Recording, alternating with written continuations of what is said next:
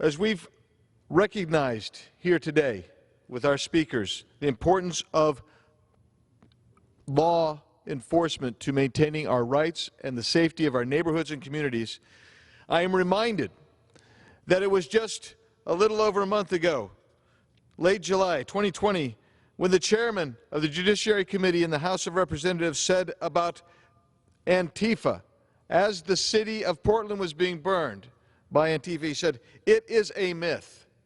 It is a myth."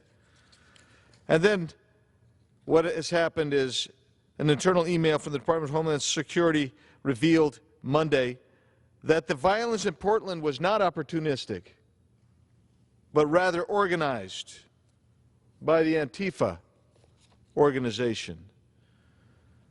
We have got to see that our Attorney General, I urge him, I urge the FBI to investigate and the Attorney General to take every action that the law allows, whether it's civil RICO or prosecution of these individuals. Because if you want to bring our society back into order, you take people who are violent, rioting, looting, causing mayhem and murder, you arrest them, you charge them, you prosecute them, and you convict them. We know there are law enforcement that do a great job. But right now, in many places around this country, it'll take a law enforcement officer 5 or 10 minutes or longer to get to a home or a business that is under attack by a criminal. When that happens, if they are under attack, these individuals need to have the right, as they do under the Second Amendment, to protect themselves. That right must be protected and maintained. And so I am kind of surprised. I'm going to give you a fact here.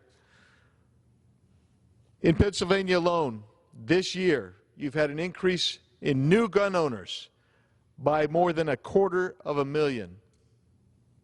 More than 250,000 people in Pennsylvania owns guns today that didn't own them at the beginning of the year. Why?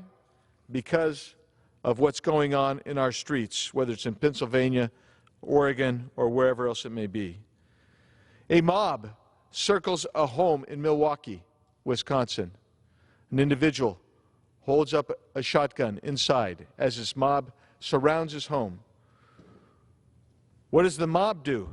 The Antifa folks, they call the police to have this man arrested for having a gun on the ready to protect himself from that very mob.